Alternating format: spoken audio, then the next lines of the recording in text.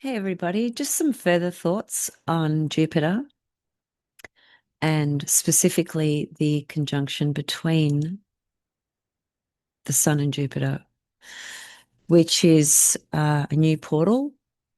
It's a new cycle for Jupiter. Jupiter is going to be reborn as the morning star. I've spoken about a lot of this in my most recent video on YouTube. But there are just some further things, very specific things that I wanted to bring up today that come through the Babylonian astrology, zodiac, and also the tropical. Just a couple of different things to consider, especially with the world stage drama, although I'm not going to go into specific details about leaders and countries as such. We're all pretty aware of what's going on, although, there's so much distortion and propaganda and intentional, I want to say deceit. So, each person can observe and take what they wish out of the world stage drama. I just want to really speak to the astrology. First of all, let's just talk a little bit about the Sun Jupiter conjunction, which occurs in several hours later on tonight, 1 o'clock in the morning, Melbourne time, Southern Hemisphere. And this is a really important conjunction because it is the Sun and Jupiter, which those two symbols, they do speak to rulers and kings, leaders, and things like that. But they also speak to the light, the sun, the light, and Jupiter, which is an archetype, a divinity, a planet that corresponds to many, many things. But some of the things that I guess we could focus on are things like truth, wisdom, uh, expansion, confidence, fortune, opportunities, things of that nature. And in Cancer, of course, Jupiter is exalted. Now we're looking at it at this point from the tropical perspective. So I've also spoken about Jupiter's heliacal appearance, and that's very, very important. But before I go back to that, let's just focus a little bit more on this Sun-Jupiter conjunction. Think about it like when you create intentions during a new moon cycle, except this is probably a lot more powerful for multiple reasons. And it is a portal that can really enable us and help us to step forward into things that can really help us transcend a lot of the old stuff, a lot of the old stories, a lot of the old chapters. And it is a fortunate window. There is a lot of, a lot of blessings and opportunities that can occur through this.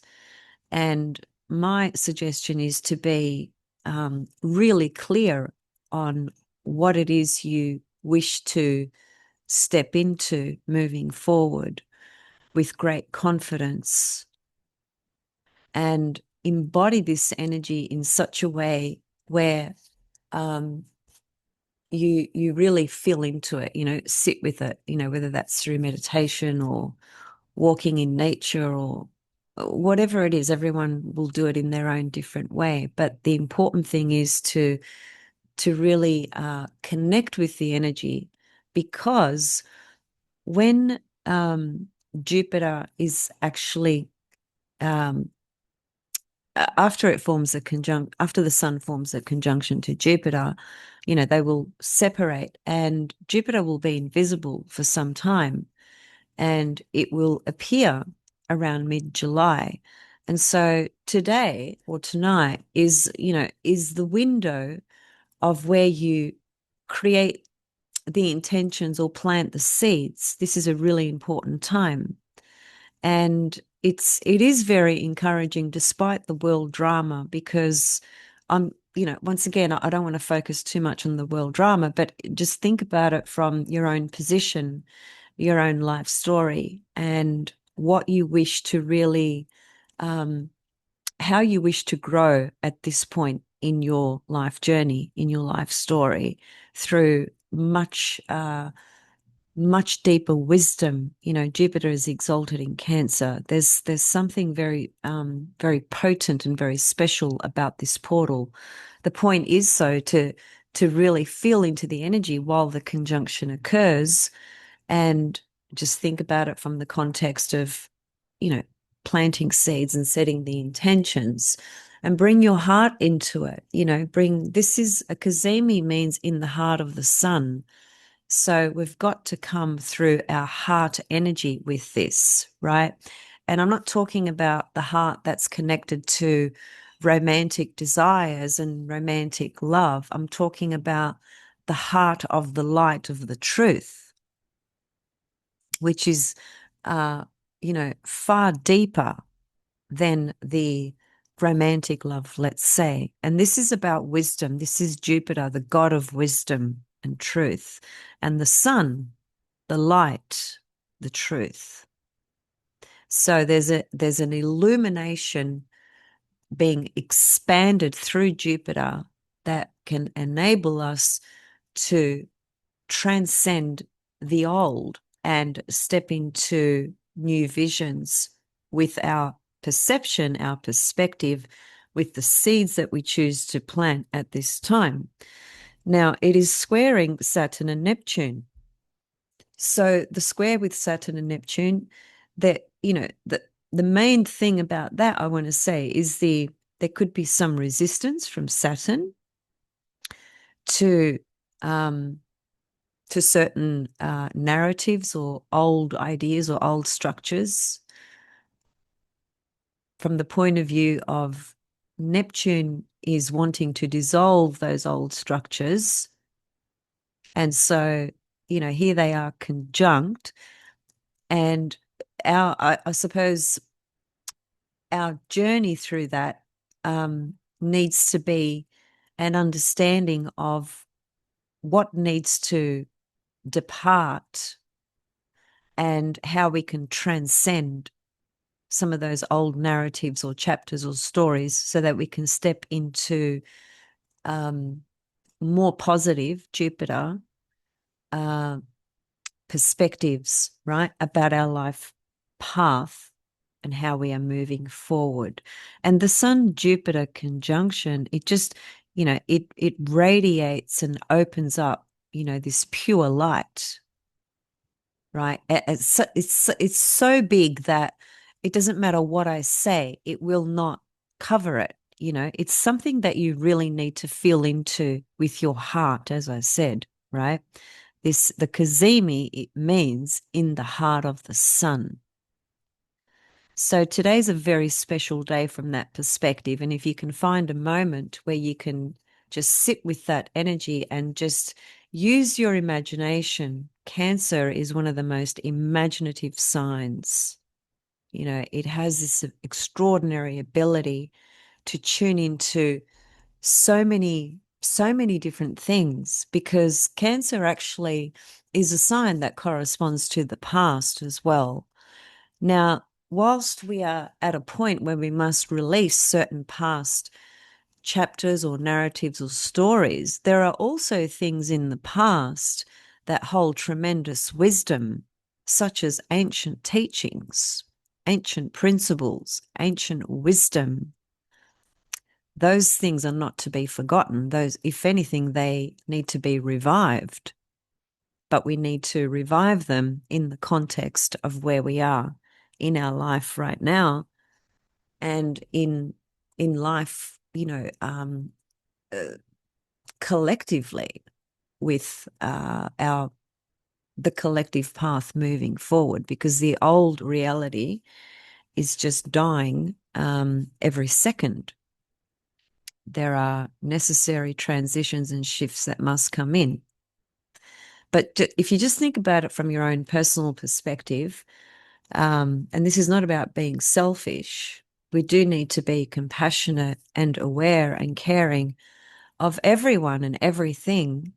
But like I always like to remind all of us, and including myself, if we don't nurture our own garden, so to speak, then we are we're not able to really give the full essence of ourself into anything, into a project, into a person, into a situation, into the collective, into the world dramas, whatever it is. We have to nurture and keep our own heart clean and clear so that we can bring the best of ourselves into any situation. And so this Jupiter Sun conjunction can be very inspiring through a portal of wisdom that can tune into a time frame, you could say, that does correspond to the past in some kind of way. As I said, there are many ancient teachings and principles and truths and wisdom that belong to the past. And I'm not necessarily talking about last week or last year. I'm talking about wisdom that's thousands of years old. That's the beauty of Cancer. It has that ability to go in and tune into ancient wisdom through its imagination. So plant the seeds, set the intentions for how you wish your life to grow and expand. And also, of course, Jupiter connects to confidence and faith. And that we are really being tested with our faith at this very moment, aren't we? Because there's so many disastrous things going on. And by the way, the word disaster, when you look at the etymology of that word, it's two words, astra, right? Which astra is a Greek word meaning stars, and dis means moving away from. So the word disaster literally translates to, it's a disaster when we are not aligned with the stars, when we are not together with the stars, and we are not at one with the stars. Thus, the disaster on the earth, because the disaster that's going on is basically, you could summarize it in the form of the desire for greed and power, and the level of unconsciousness, and the absolute zero care, concern for the greater good, and for the divine source creation to all things, the connection and the relationship to that. If everybody was aligned with the stars and with the source consciously, we wouldn't have disasters. So our job is to remember that and to find our way back all the time to the stars and the divine source creation to all things. And this portal is a beautiful opening to help us step more deeply into the remembrance of what we are, which is the stars themselves. So that's the first thing that I wanted to say, which I hope that leaves you feeling inspired, because it should, not because of what I'm saying, but because of what it represents, Now, the other things that I wanted to point to as well, and by the way, I saw the moon and Venus the other morning. I was woken up at 5 a.m. just randomly. It was Venus. She was calling me. I went out to my balcony and I saw it was dark because it's peak winter here. And as soon as I walked out into my balcony, it was literally like looking into just another universe. That the sky was this really beautiful dark midnight blue color, and it was so clear. And so I had the most gorgeous vision of the moon and Venus right next to each other in Taurus, tropical Taurus. And so I stood there whilst it was freezing, filmed it, and just delighted in the view and in the feeling that I had with that. It was so beautiful. Okay, so now what I want to go to is the Babylonian chart. Okay, so this chart here is for today, the 24th of June, and you can see the Sun and Jupiter. There they are there. There's the Sun in a red circle with little red spikes around it, and there's Jupiter right next to it, faded out in grey which is, according to this program, it's showing us that Jupiter is invisible. As the sun is approaching Jupiter, the sun's rays are blocking out Jupiter, right? Now, two things. First of all, the Sun-Jupiter conjunction, which occurs in tropical Cancer, in the tropical zodiac, early degrees of Cancer, well, in the Babylonian zodiac, this occurs in the constellation of Gemini. And I thought, that's really, really interesting, because the constellation of Gemini is Castor and Pollux, right? Those two stars and those two archetypes. And their story has many different layers, but they were these two guys, one was mortal, one was immortal. And Zeus was their parent, one of their parents. And they were born from one of the most beautiful women. Her name was Leda, Leda. And the story of that was that she was, one of the most beautiful women. And Zeus, of course, he couldn't help himself. He just wanted to sleep with pretty much every beautiful woman, as it's told. And so in order to get close to her, what he did was he transformed himself into this beautiful swan. And he approached her, and they had it going. And so that's an interesting detail about Zeus, because that speaks to shape-shifting. It's not something that we'd normally think about when you think about the planet Jupiter, right? But there is something about Jupiter that corresponds to shape-shifting. And some of you understand what that means and are interested in that topic and perhaps have explored it yourself. So just a reminder. So Leda is the mother of Castor and Pollux. They had two fathers, because it's said that she slept with Zeus and another guy. I've just forgotten his name. Here's his name. It's Tyndareus. I'm not sure if I'm pronouncing that correctly. Tyndareus. So those Zeus and that guy are the fathers of Castor and Pollux, and Leda is the mother. Now, what happened was through their adventures, which they had many adventures, these guys, they were like these heroic kind of figures that, they fought, and, one of them was a boxer, and, they've got all these fascinating stories connecting to Helen of Troy as well. There's all these other characters in there that end up being, their siblings and their cousins, and there's all these stories, and it's all around the Greek sort of Hellenistic period, right? Anyway, long story short, one of them was mortal, one of them was immortal. The one that was mortal ended up dying in a battle that they were in, and let me just see which one that was, because I've just forgotten.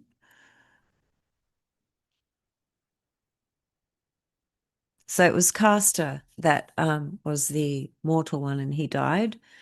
And so Pollux then, went to Zeus and, pleaded with him because he just, they were twins, right? They just like they were always together. They were never apart. So when one of them died, the other one was like heartbroken, devastated, and he pleaded with Zeus and said, I want to be with my brother. I need to be with my brother, kind of thing. So that's how the Gemini constellation came to be. Zeus, made them both this constellation Gemini in the sky, right? That's why you see the constellation Gemini as representing two people, right? And the Greek word, for the Gemini constellation is Dioscuri, right? Dio means two, right? So that's where that comes from. Now, why is this important here? I think it's important because the archetype Gemini, which is where the sun Jupiter conjunction occurs in the Babylonian zodiac. And let me just quickly have a look at something else before I explain what I was about to say there. So let's just go to Jupiter.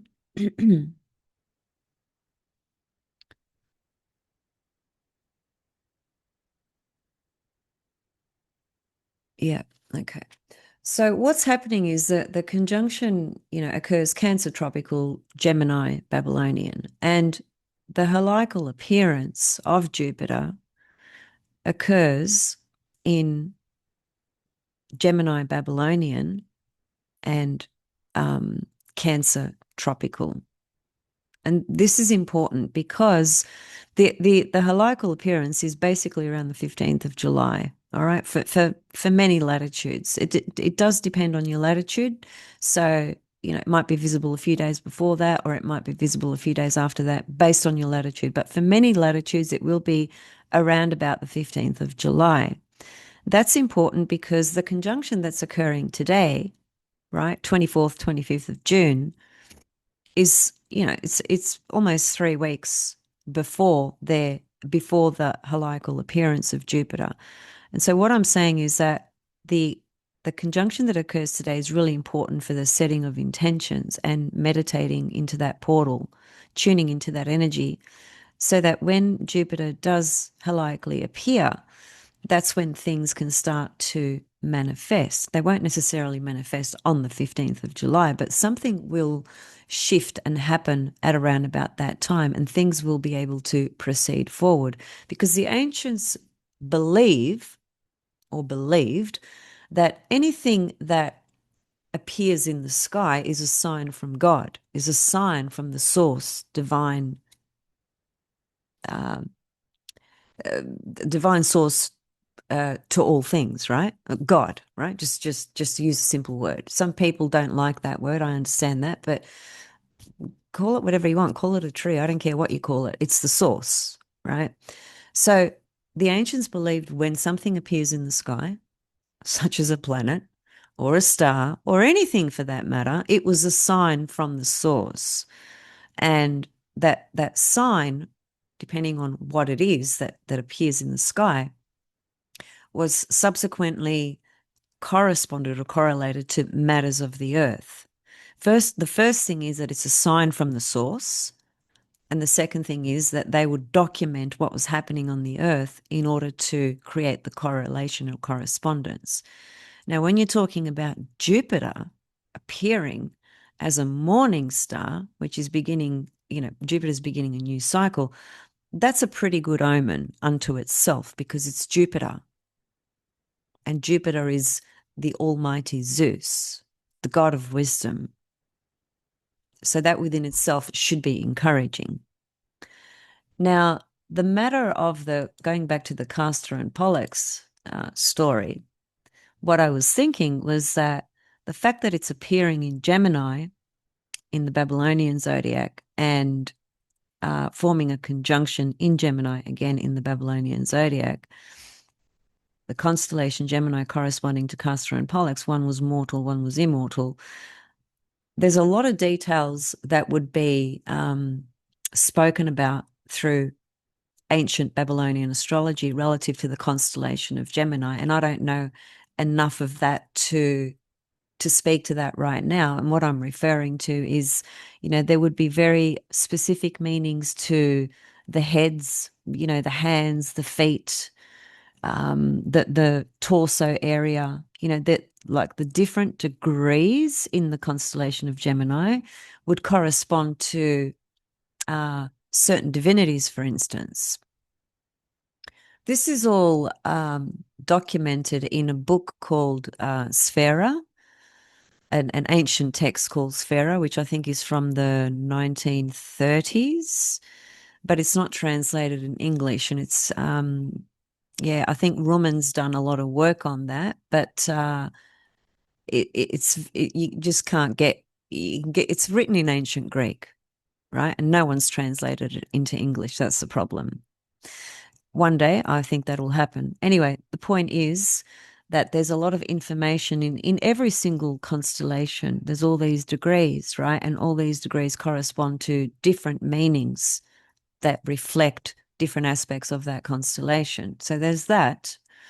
And then just from a plain, well, it's not so plain, but from a mundane psychological, archetypal level relative to the constellation of Gemini, the twins, and this conjunction occurring there with Jupiter and the Sun, and Jupiter's heliacal appearance also in the constellation Gemini, purely and simply reflects the crisis of good and evil on the earth right now.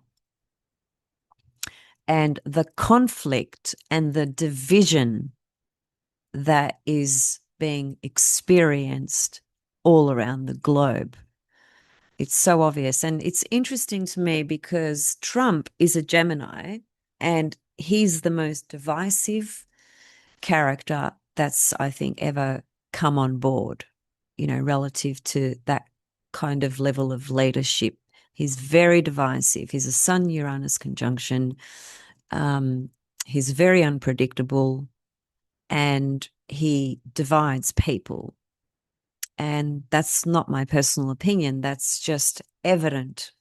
And those of you in USA, I'm sure, could, relate to that or concur, or you might argue with me. And that would be, there's the divisiveness right there. So I think this, the conjunction between Sun and Jupiter happening in the constellation of Gemini and then Jupiter's heliacal appearance in Gemini is possibly on that world stage drama is possibly just going to highlight the absolute division and conflict between the good and evil, right? Because even in the Babylonian scriptures and astrology, Castor and Pollux, they were associated to these other divinities. I've just forgotten their names, but again, it was a story of two brothers, and one was good, one was evil, so to speak. So one was immortal. That one was, more connected to reflecting or doing the work of God, right? The divine source. And the other one was more driven by his animalistic nature. Now, our animalistic nature, is the lower sort of field of our beingness, if you like. It's what drives our desires. That there's nothing wrong with desires. Inherently, there's nothing wrong with them. But when our desires, our animalistic nature and desires, overtake us, and therefore create this sort of disconnection from spirit and from the divine, that's when you get greed and selfishness and narcissism and self-absorption all kicking in, just wanting more and more and more, right, of that power, hungry for that, that desire, that power, that money, that leadership, that battle, that conflict. I want to win this battle. I'm stronger than him. I'm stronger than her. I'm bigger than that country. I can do more damage. That's that lower animalistic nature, because it's so far removed from its source. And Castor and Pollux really do speak to this dynamic, right, that does exist within all of us. So that's what I think this business is going to be describing on the world stage with the constellation of Gemini, which is where this conjunction actually occurs relative to the constellations, but in the tropical Cancer. So anyway, that's pretty much all I wanted to share for today, just as a personal reflection and consideration that I've just come to think about on my own in the last couple of days. And that's the other thing that I wanted to say. Given that it is appearing in the constellation of Gemini, and it can speak to that very intense dynamic called division, and that split, because Gemini is the classic split of good and evil, good and bad, dark and light. It has that inherently embedded within its psyche, right? And so when we are hooked into that, especially unconsciously, the outcome of that is usually that we are projecting the dark, right? We're projecting one of those twins out there, and we think we're holding the one that's the light, so to speak, the immortal one, the divine one. And so we project the darker one, animalistic one out there, all right? And so we see it everywhere except in ourselves, right? And so we create this division. We say, oh, that country is bad, or that person is evil, or yada yada yada. And look, it is true, there are many, many people that are very, very evil. There's no two ways about it. There's a difference, though, between observation and identification.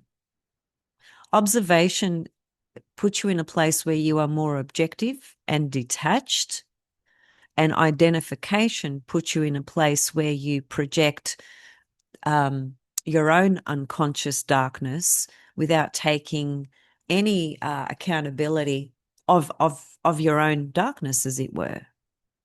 That's the whole problem with the Gemini constellation, right? That split, that division. I'm good, she's bad.